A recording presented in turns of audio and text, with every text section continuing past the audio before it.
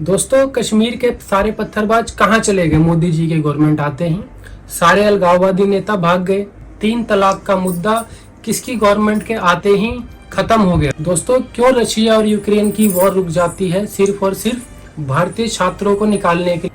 लेकिन क्या आपने एक बात नोटिस करी कि इनकी वीडियो में कभी भी किसी और पार्टी का जिक्र नहीं होता। अगर दूसरी सरकार आ गई तो आप तो जर्मनी चले जाएंगे, लेकिन भारत की आम जनता कहाँ जाएगी? उसे तो यहीं पे रहना है।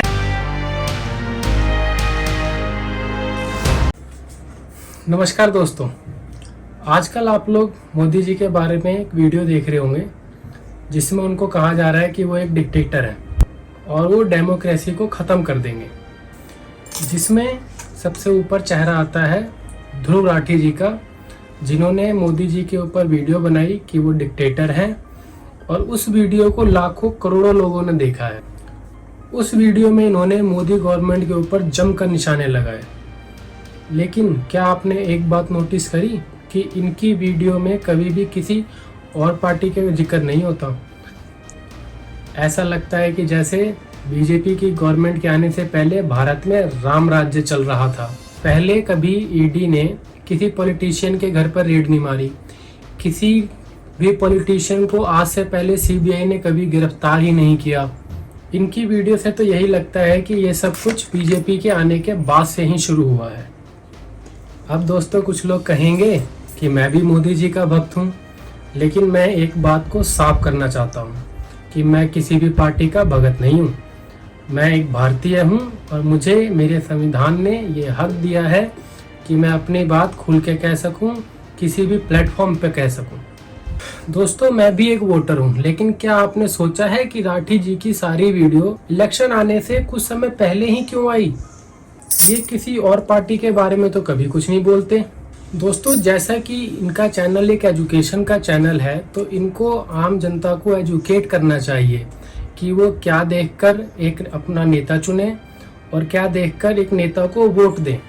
लेकिन दोस्तों, ये तो सिर्फ बीजेपी के पीछे हाथ धो के पड़े हुए हैं। एक फिंगर की ताकत क्या होती है, ये आम जनता को बताना चाहिए, जैसा कि जवान मूवी के एंड में शाहरुख सर ने बताया है। दोस्तों, मैं आप लोगों से पूछना चाहता हूँ कि क्या ये गवर्नमेंट पिछली गवर्नमेंट की तरह काम करती तो भारत में सारी चीज़ें ठीक हो पाती? क्या सरकार वैसे चल पाती? दोस्तों, कश्मीर के सारे पत्थरबाज कहाँ चले गए? मोदी जी के गवर्नमेंट आते ही सारे अलगाववादी नेता भाग गए, जो कि भारत के खिलाफ जहर उगला करते थे। उत्तर प्रदेश से गुंडागर्दी कहाँ गायब हो गई योगी जी के आते ही? मायावती या अखिलेश की सरकार में ये सब खत्म क्यों नहीं हुआ? ये सोचो दोस्तों आप लोग। कश्मीर से 370 और 35A सेक्शन किसकी गवर्नमेंट ने हटवाया? देश में मुस्लिम महिलाओं के ऊपर हो रहे अत्याचार को किसकी गवर्नमेंट ने देखा? 3 तलाक का मुद्दा किसकी गवर्नमेंट के आते ही खत्म हो गया? आज जाके आप पूछिए मुस्लिम महिलाओं से कि उनको कितना सुकून है, कैसे खुल के वो अपनी जिंदगी जी पा रही हैं। अयोध्या में श्री राम मंदिर और बाबरी मस्जिद के केस को जो सालों से चला हुआ आ रहा था, वो किसकी गवर्नमेंट के आते ही खत्म हुआ? क्यों अभिनंदन को 1-2 दिन में ही छोड़ दिया गया पाकिस्तान द्वारा? और आज तक कितने हमारे जवान वहां की जेलों में सड़ रहे हैं, किसी को मालूम तक नहीं है ये बात। क्यों आज चाइना हमसे डरता है? दोस्तों, क्यों रशिया और यूक्रेन की वॉर रुक जाती है? सिर्फ और सिर्फ भारतीय छात्रों को निकालने के लिए। क्या आपने कभी सुना है कि किसी 2 देशों के बीच हो रही वॉर रुक गई हो?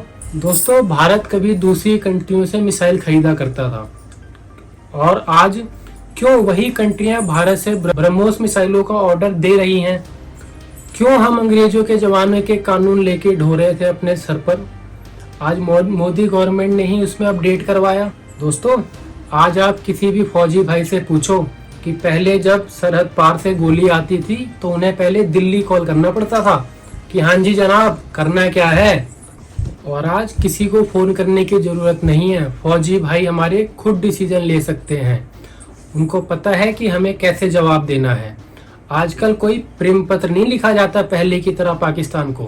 पहले क्यों पाकिस्तान हमारे फौजी भाइयों का सर काट के ले जाता था, वही हरकत आज के दिन में क्यों नहीं हो पाती? आप लोग बता दें मेरे को। पहले क्यों कभी सर्जिकल स्ट्राइक नहीं हुई किसी भी गवर्नमेंट में? राठी जी कहते हैं कि मोदी जी हमारे डिक्टेटर हैं। अरे, एक बाप को अपने बच्चे को सही रास्ते पे लाने के लिए थोड़ा कठोर होना ही पड़ता है। अगर आपको पिछली गवर्नमेंट की गई गलतियों को सुधारना है तो सख्त रुख अपनाना ही पड़ेगा। दोस्तों, अगर मोदी जी सही में डिक्टेटर होते तो आज कई सारे यूट्यूबर जेल में होते, जैसा कि दूसरे देशों में होता है। चाइना में आप उसकी गवर्नमेंट के बारे में कुछ नहीं बोल सकते और नॉर्थ कोरिया में बोलने की बात ही भूल जाओ आप। यहाँ पे आपको तुरंत गायब करवा दिया जाएगा और किसी को कानों कान खबर भी नहीं होगी। और जो मैं आज अपनी वीडियो के माध्यम से बोल रहा हूँ, ये बात भी नहीं बोल पाता। आज क्यों बोल पा रहा हूँ? क्योंकि भारत की जनता को हक है अपनी बात बोलने का। दोस्तों, मोदी जी की गवर्नमेंट इलेक्शन के बाद ही आ रही है ना। पिछली 2 बार से किसी का हक तो नहीं खत्म कर दिया वोट करने का। वो पिछली 2 बार से पूर्ण बहुमत से क्यों आ रही है? क्योंकि भारत की जनता को पता है कि अगर भारत का भला करना है तो मोदी जी की ही गवर्नमेंट लानी पड़ेगी। दोस्तों, सबसे इंटरेस्टिंग बात, सारी गवर्नमेंट कहती है कि मोदी जी ईवीएम को ही हैक करवा लेते हैं। मैं दूसरी गवर्नमेंट को कहना चाहता हूं कि अगर ईवीएम हैक ही होती है तो आप लोग क्यों नहीं करवा लेते? आपके पास पैसा नहीं है या हैकर की कमी हो गई है? दोस्तों, सब कहते हैं कि मोदी जी ने नोटबंदी करवा के बहुत गलत किया। अरे, सारे आतंकवादियों की कमर ही तोड़ दी नोटबंदी से, उनकी सारी फंडिंग खत्म हो गई। क्यों कश्मीर घाटी में सारे आतंकवादी अब कम हो गए हैं? राठी जी, आप नितिन गडकरी जी के बारे में मजाक उड़ा रहे हैं अपनी वीडियो में। आज क्यों पूरा भारत उन्हें हाईवे मैन के नाम से जानता है? उन्होंने भारत के हाईवे की कायाकल्प कर दी है और आप ऐसे व्यक्ति का मजाक उड़ा रहे हैं। दोस्तों, सारी पार्टी के नेताओं में कुछ ना कुछ कमियां होती हैं। मैं ये नहीं कह रहा कि मोदी जी की गवर्नमेंट के सारे नेता दूध के धुले हुए हैं, लेकिन हाँ, बाकी किसी पार्टी के नेताओं से तुलना करोगे तो बहुत ही बेहतर है। बीजेपी के राज्य में क्या आपने कोई ऐसा राज्य देखा जिसमें भाई और भतीजावाद चलता हो? एक ही परिवार के सदस्य पूरा का पूरा राज्य चला रहे हैं। राठी जी, अगर दूसरी सरकार आ गई तो आप तो जर्मनी चले जाएंगे क्योंकि आपके पास वहां की नागरिकता भी है, लेकिन भारत की आम जनता कहाँ जाएगी? उसे तो यहीं पे रहना है। तो कृपया करके राठी जी, भारत के लोगों को ज्ञान बांटें, उनका हक बताएं, ना कि अपने निजी फायदे के लिए किसी पार्टी के बारे में भला बुरा कहते रहें। दोस्तों, आखिरी में मैं बस यही बोलना चाहूँगा आपसे, आप लोग अपनी समझदारी का उपयोग करते हुए अपने नेता को चुनें, ना कि किसी के भी बहकावे में आकर। नमस्कार दोस्तों।